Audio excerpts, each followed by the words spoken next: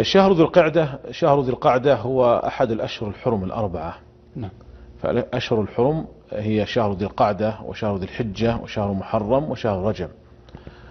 وهذه الأشهر قد خصها الله تعالى بالذكر في قوله: إن عدة الشهور عند الله 12 شهرا في كتاب الله يوم خلق السماوات والأرض منها 4 حرم فلا تظلموا فيهن أنفسكم. والنبي صلى الله عليه وسلم جميع عمره إنما كانت في شهر ذي القعدة. واختلف العلماء أيهما أفضل: العمرة في شهر ذي القعدة في الأشهر الحرم أو العمرة في رمضان. والأظهر والله أعلم أن العمرة في رمضان أفضل، لقوله عليه الصلاة والسلام: عمرة في رمضان تعدل حجة. ولكن يبقى أن العمرة في الأشهر الحرم لها مزيد فضل وخصوصية، فالعمرة في الأشهر الحرم أفضل من العمرة في غير الأشهر الحرم ما عدا رمضان.